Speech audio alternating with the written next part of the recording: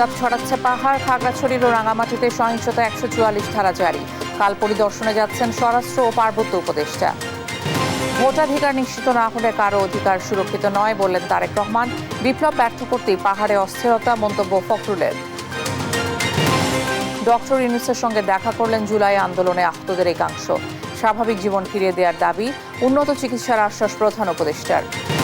দেশ টেলিভিশনের নারায়ণগঞ্জ জেলা প্রতিনিধির ওপর দুর্বৃত্তের হামলা, সদর থানায় মামলা, গ্রেপ্তার ১। এবং ঢাবিতে যুবক হত্যা মামলায় ৬ শিক্ষার্থীর আদালতে জবানবন্দি। তোফাজ্জলকে বরগুনায় দাফন, জাবির ঘটনায় গ্রেপ্তার ১। সংবাদ রাতে দেখছিলেন একে এসটিএমটি বার সংবাদ শিরোনাম, সঙ্গে আমি ইশিকা আজিজ। খাগড়াছড়িতে সংঘর্ষে ৩ জন মৃত্যুর ঘটনায় সহিংসতা ছড়িয়ে পড়েছে পার্বত্য জেলার রাঙামাটিতেও। পাহাড়ি ও বাঙালিদের মধ্যে দফায় দফায় সংঘর্ষে নিহত হয়েছে ১ জন, আহত হয়েছেন অন্তত ৫০ জন। এ ঘটনায় ২ জেলায় জারি করা হয়েছে ১৪৪ ধারা। এদিকে আগামীকাল খাগড়াছড়ি ও রাঙামাটি পরিদর্শন করবেন স্বরাষ্ট্র ও পার্বত্য চট্টগ্রাম বিষয়ক উপদেষ্টারা। আপনপুর ডেস্ক রিপোর্ট। খাগড়াছড়িতে পাহাড়ি বাঙালি সংঘর্ষ ও ৩ জন মৃত্যুর ঘটনার জেরে সহিংসতা ছড়িয়ে পড়েছে পার্বত্য শহর রাঙামাটিতেও। জেলায় শুক্রবার সংঘর্ষে মারা যান ১ জন, আর আহত হয়েছেন কমপক্ষে ৫০ জন। শুক্রবার সকাল থেকে দুই পক্ষের ধাওয়া পাল্টা ধাওয়া, ভাঙচুর ও অগ্নিসংযোগের পর বেলা ১:৩০টার দিকে রাঙামাটি পৌর এলাকায় ১৪৪ ধারা জারি করে জেলা প্রশাসন। এদিন সকালে খাগড়াছড়িতে সংঘর্ষ ও মৃত্যুর ঘটনার প্রতিবাদে রাঙামাটি শহরের জিমনেশিয়াম চত্বর থেকে মিছিল বের করে কয়েক হাজার পাহাড়ি। মিছিলটি শহরের বনরূপা এলাকায় গেলে সেখানে ইট পাটকেল নিক্ষেপ করে বাঙালিরা। এমন অভিযোগ এনে বাঙালিদের বেশ কিছু দোকানপাট, বনরূপা মসজিদ ও কয়েকটি যানবাহন ভাঙচুর করা হয়। পরে লাঠি সোটা হাতে পাহাড়িদের ধাওয়া করে বাঙালিরা। শুরু হয় ধাওয়া পাল্টা ধাওয়া ও ইট পাটকেল নিক্ষেপ। এ সময় বিক্ষুব্ধরা ভাঙচুর চালায় কাঁঠালতলির মৈত্রী বিহারে। আগুন দেয়া হয় বনরূপায় পাহাড়িদের কয়েকটি ব্যবসা প্রতিষ্ঠানে। এর আগে খাগড়াছড়ির দীঘিনালায় পাহাড়ি ও বাঙালির সংঘর্ষের জেরে বৃহস্পতিবার রাতভর গোলাগুলির ঘটনা ঘটে। রাতের গোলাগুলি ও বিকেলের সংঘর্ষের ঘটনায় ৩ জন নিহত হয়, আহত হয় কমপক্ষে ১৫ জন। আপনপু, নিউজ ডেস্ক, দেশ টিভি। সময় সে তো বয়ে যায়, সময়ের সাথে মিষ্টি এক বন্ধন। এভাবেই সময় পাল্টে যায়, কিন্তু ডিপ্লোমা সে একই স্বাদে, একই মানে যুগ যুগ ধরে রয়ে যায়। New Zealand dairy, excellence in quality. ৩ পার্বত্য জেলার সবাইকে শান্ত থাকার আহ্বান জানিয়েছেন অন্তর্বর্তী সরকারের প্রধান উপদেষ্টা ডক্টর মোহাম্মদ ইউনূস। বিকেলে গণমাধ্যমে পাঠানো এক বিবৃতিতে এই আহ্বান জানান তিনি। প্রধান উপদেষ্টা বলেন, খাগড়াছড়ি ও রাঙামাটিতে সৃষ্ট সমস্যা নিরসনে আন্তরিকভাবে কাজ করছে সরকার। এসব ঘটনায় দুঃখ প্রকাশ করে পাহাড়ে শান্তি, সৌহার্দ্য ও সম্প্রীতি নিশ্চিতকরণে সরকার বদ্ধপরিকর বলেও জানানো হয়। সেই সঙ্গে আইন নিজের হাতে তুলে না নিতে এবং সবাইকে ধ্বংসাত্মক কাজ থেকে বিরত থাকার নির্দেশনা দেয়া হয়। সহিংসতার সাথে সম্পর্কিত সকল ঘটনার সুষ্ঠু তদন্ত সাপেক্ষে দায়ীদের বিচার নিশ্চিত করার প্রত্যয় জানানো হয়।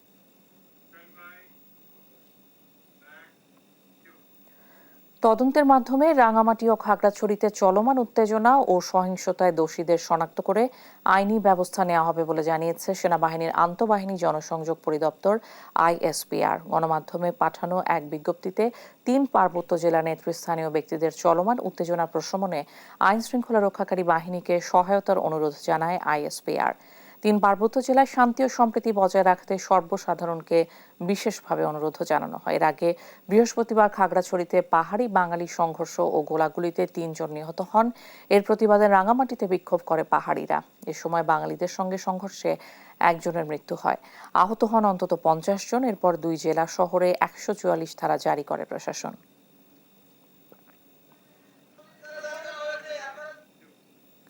বান্দরবানের দুর্গম সীমান্তবর্তী দোপানি ছড়া সন্ত্রাসী আস্তানার সন্ধান পেয়েছে বর্ডার গার্ড বাংলাদেশ। সেখান থেকে অস্ত্র, গোলাবারুদ, ড্রোন ও সিগন্যাল জ্যামার সহ অত্যাধুনিক প্রযুক্তির বিভিন্ন সরঞ্জামাদি উদ্ধার করা হয়। বিশেষ গোয়েন্দা সূত্র জানায়, রুমার দুর্গম সীমান্তবর্তী দোপানিছড়া এলাকার কাছে গহীন জঙ্গলে আস্তানা করে একদল পাহাড়ি সন্ত্রাসী কার্যক্রম চালাচ্ছে বলে গোয়েন্দা সূত্র নিশ্চিত করলে সেখানে অভিযানে যায় বিজিবি। এ সময় দোপানিছড়ার পাহাড়ি জঙ্গলে অভিযান চালিয়ে সন্ত্রাসীদের আস্তানা থেকে 2টি অটোমেটিক কার্বাইন অ্যাসল্ট রাইফেল, একটি সেমি অটোমেটিক অ্যাসল্ট রাইফেল, 3টি SBBL, 21 রাউন্ড তাজা গুলি সহ অত্যাধুনিক প্রযুক্তির বিভিন্ন সরঞ্জামাদি উদ্ধার করা হয়।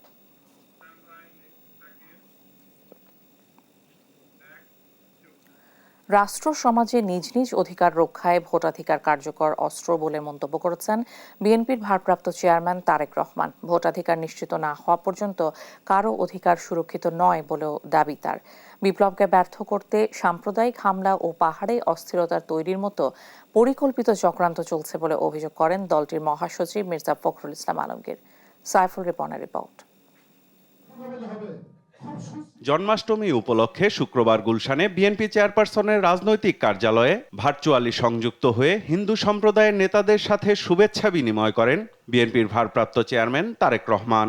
সকলেই সমান অধিকার নিয়ে বাংলাদেশে আমরা বসবাস করতে চাই, সুতরাং আজকের জন্মাষ্টমীতে এটা শুভ সূচনা হোক।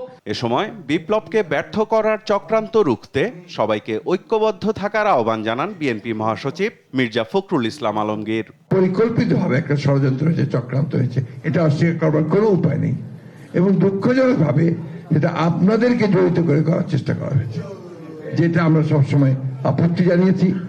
ইন্ডিয়ান জার্নালিস্টরা এসছে দলে দলে, সবাইকে একটা কথা বলার চেষ্টা করেছি আমরা, সেটা হচ্ছে যে এই পরিবর্তনের ফলে যেটুকু ঘটেছে সেটা সম্পূর্ণভাবে রাজনৈতিক, সেটা কোনো সাম্প্রদায়িক নয়।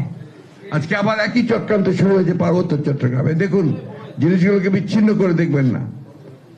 আজকে পার্বত্য চট্টগ্রামে একইভাবে ষড়যন্ত্র শুরু হয়েছে, এটাকেও কিন্তু আমাদেরকে অবশ্যই রুখে দাঁড়াতে হবে। লোভ লাভের জন্য অথবা রাজনৈতিক হীনস্বার্থ হাসিলের জন্য পতিত স্বৈরাচার সাম্প্রদায়িক ঘটনা ঘটালেও তা সুষ্ঠু তদন্ত হয়নি বলে অভিযোগ করেন বিএনপির ভারপ্রাপ্ত চেয়ারম্যান তারেক রহমান।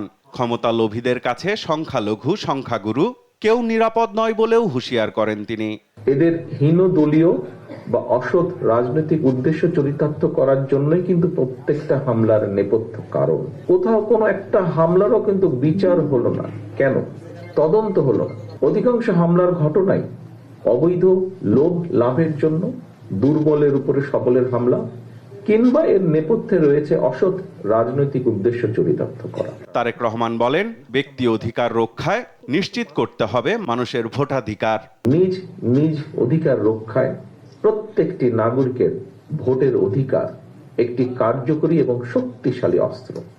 যতদিন পর্যন্ত প্রত্যেকটি নাগরিক নির্ভয়ে নিশ্চিন্তে নিজের ভোট দিয়ে, নিজের পছন্দের প্রার্থীকে ভোট দিয়ে জনপ্রতিনিধি নির্বাচন করে জনগণের কাছে জবাবদিহিমূলক একটি সরকার প্রতিষ্ঠা করতে সক্ষম না হবেন, ততদিন পর্যন্ত কোন নাগরিকেরই নিরাপত্তা এবং অধিকার সুরক্ষিত নয়। বিএনপির ভারপ্রাপ্ত চেয়ারম্যান বলেন, বাংলাদেশে ধর্ম যার যার, রাষ্ট্র সবার, নিরাপত্তার অধিকারও সবার।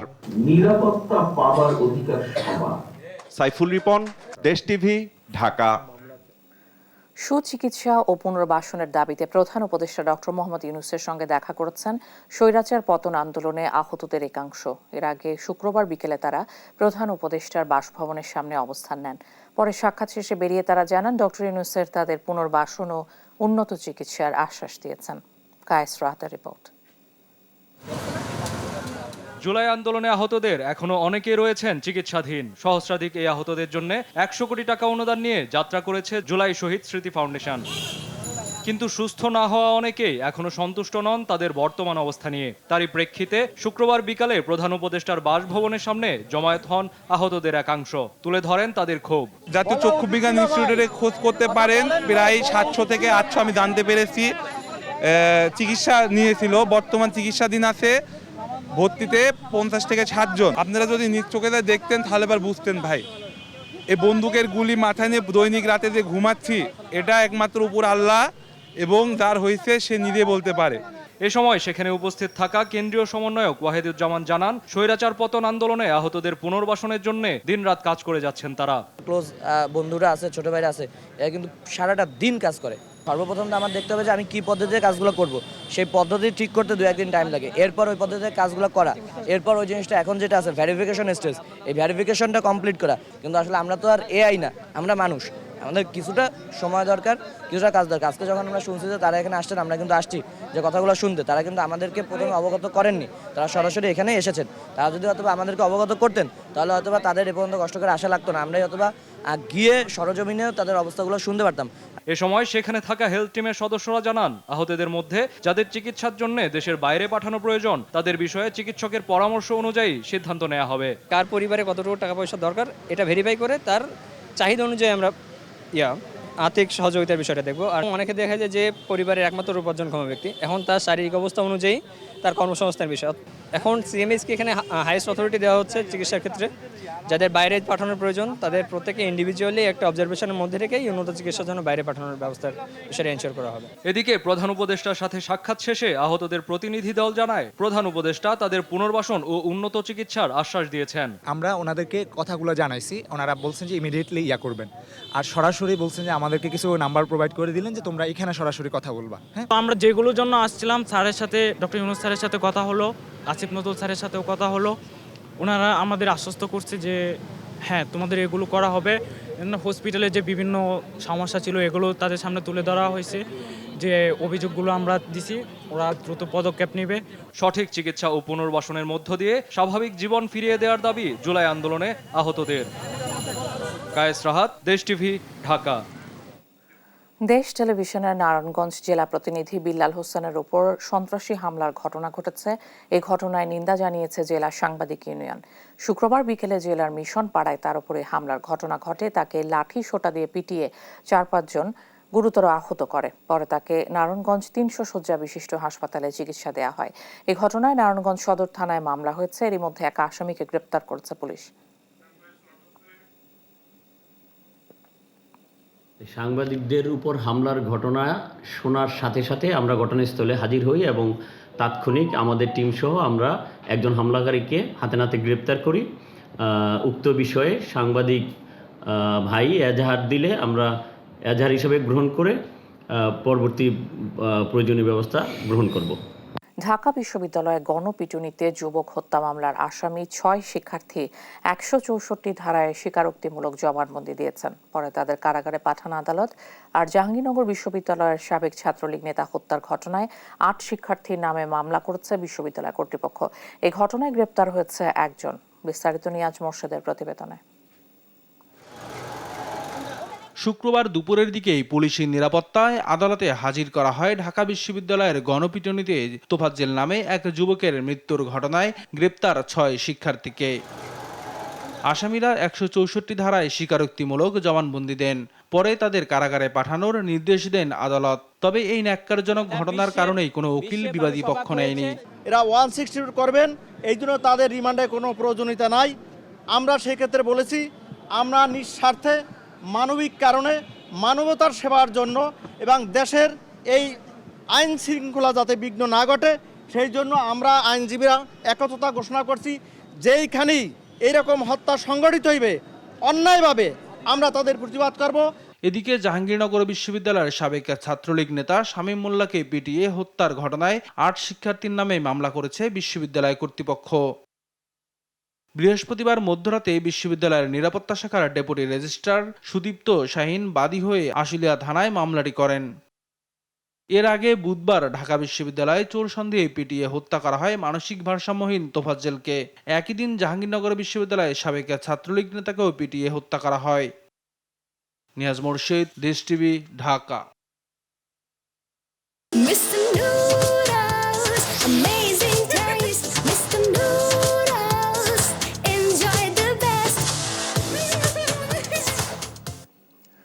এদিকে ঢাকা বিশ্ববিদ্যালয়ে গণপিটুনিতে নিহত তোফাজ্জল হোসেনের দাফন তার নিজ বাড়ি বরগুনার পাথরঘাটায় সম্পন্ন হয়েছে। সকালে জানাজা শেষে বাবা, মা আর একমাত্র ভাইয়ের কবরের পাশে দাফন করা হয়েছে তোফাজ্জলকে। তার জানাজায় অংশ নেয়া এলাকাবাসীর চোখে মুখে ছিল ক্ষোভ আর ঘৃণার ছাপ। দেশের সর্বোচ্চ বিদ্যাপীঠের শিক্ষার্থীদের এমন পৈশাচিক নিষ্ঠুরতায় হতবাক তারা।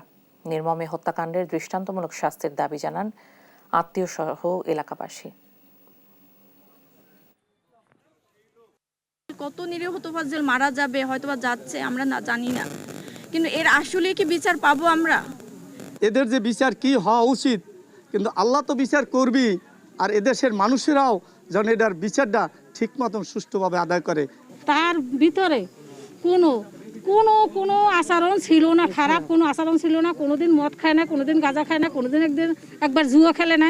সে খুবই ভালো ছিল। যারা মার্চে ভিডিও ফুটেজে আছে তাদের প্রত্যেককে আইনে আওতায় এনে সুবিচার করা হবে। সেখানে কোনো তাকে যারাই প্রকৃত দোষী তাদের যাতে বিচার হয়। স্বপ্ন পূরণ হলো রাজধানীবাসীর। সাপ্তাহিক ছুটির দিনেও ছুটল মেট্রো রেল। এদিকে 2 মাস বন্ধ থাকার পর চালু হয়েছে কাজীপাড়া স্টেশন। ছুটির দিনে মেট্রোতে চলাচল করতে পেরে খুশি সাধারণ যাত্রীরা। বিস্তারিত ইফতেখার রেজা রিপোর্টে। 18 জুলাই ছাত্র জনতার আন্দোলনের সময় ক্ষতিগ্রস্ত হয় মেট্রোর কাজীপাড়া ও মিরপুর 10 স্টেশন। তৎকালীন সরকার জানিয়েছিল 2টি স্টেশন চালু হতে সময় লাগবে 1 বছর আর খরচ হবে কয়েকশো কোটি টাকা। কিন্তু 2 মাসের মাথায় শুক্রবার বিকেলে চালু হলো কাজীপাড়া স্টেশন। দ্রুত সময়ের মধ্যে কাজীপাড়া স্টেশন চালু হওয়ায় খুশি সাধারণ যাত্রী। কাজীপাড়া স্টেশন বন্ধ থাকাতে আমরা অনেক অসুবিধায় ছিলাম, কারণ এখানে আমাদের অনেক আত্মীয় স্বজনের বাসায় এদিকে। আমরা যেটা একটা আতঙ্কের মধ্যে ছিলাম যে এই metro rail Kazipara stoppage Mirpur 10 নম্বর স্টপেজ চালু হতে দীর্ঘ 1 বছর সময় লাগবে, খরচ হবে 300 কোটি টাকার উপরে। তো আল্লাহর অশেষ মেহেরবানিতে মাত্র অল্প কিছুদিন মধ্যে এটা চালু হয়ে গেছে। এদিকে সাপ্তাহিক ছুটির দিনেও মেট্রো রেল চলায় স্বপ্ন পূরণ হলো রাজধানীবাসীর। সাপ্তাহিক ছুটির দিনে মেট্রো রেল চলাচল করবে বিকেল 3টা থেকে রাত 9টা 40 মিনিট পর্যন্ত। ঢাকা শহরে জ্যামের কারণে বাসে চলাচলটা অনেক কষ্টকর হয়ে যায়। তো ফ্রাইডে যেহেতু মেট্রো চালু হয়েছে আমাদের যাতায়াতটা অনেক সুবিধা হয়ে গেল। শুক্রবারে দেখা যায় যে আমাদের সেই জ্যাম অ্যান্ড হ্যাসেল পরেই আসতে হয়, তো সেই জায়গায় এটা খুব স্মুথ হয়ে গেছে। এখন বাসা থেকে খুব ইজিলি চলে আসলাম এখানে। কাজীপাড়া স্টেশনটি চালু করতে 20,50,000 টাকা খরচ হয়েছে। আপাতত মিরপুর 10 নম্বর স্টেশন বন্ধ থাকবে। দ্রুত সময়ের মধ্যে এই স্টেশনটি চালু করতে কাজ করা হচ্ছে বলেও জানান মেট্রো রেলের ব্যবস্থাপনা পরিচালক। মিরপুরের জন্য একটা হাই পাওয়ার টিম করা হয়েছে আমাদের মনোনয়ন অতিরিক্ত সচিব মহোদয়ের নেতৃত্বে, জনাব নাফিউল হাসান সাহেবের নেতৃত্বে। এই টিম এখন প্রত্যেকটা জিনিস কারিগরি লোকজন সেখানে আইটেম ওয়াইজ চেক করছেন। আইটেম ওয়াইজ চেক করার পরে 7-8 দিন লাগবে আরও। এই রিপোর্টটা পাওয়ার পরে আমরা বুঝতে পারবো যে সেখানে কী ধরনের ক্ষতি হয়েছে চূড়ান্ত বিচারে, এবং সেই মালামালগুলি দেশে বিদেশে আমদানি করে কতদিন সময় লাগতে পারে। আমরা আজকে তো চালু করলাম, একটু ডাটা কালেকশন করে শুক্রবারের পরে কী ইম্প্যাক্ট হচ্ছে, তারপরে আবার আমাদের তো টার্গেট হচ্ছে 3.5 মিনিটে নিয়ে নামা। 3.5 মিনিট পর কিন্তু মেট্রো ট্রেন চলবে। ডিএমটিসিএল এর এমডি জানান, চলতি মাসে মেট্রো রেল থেকে 20,67,351 টাকা আয় হয়েছে। বর্তমানে প্রতিদিন চলাচল করছে 3 লাখ যাত্রী। ইফতেখার রেজা, দেশ টিভি, ঢাকা।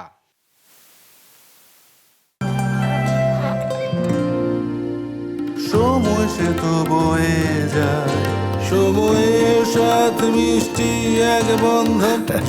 এভাবে সময় পাল্টে যায়, কিন্তু ডিপ্লোমা সেই একই স্বাদে একই মানে যুগ যুগ ধরে রয়ে যায়।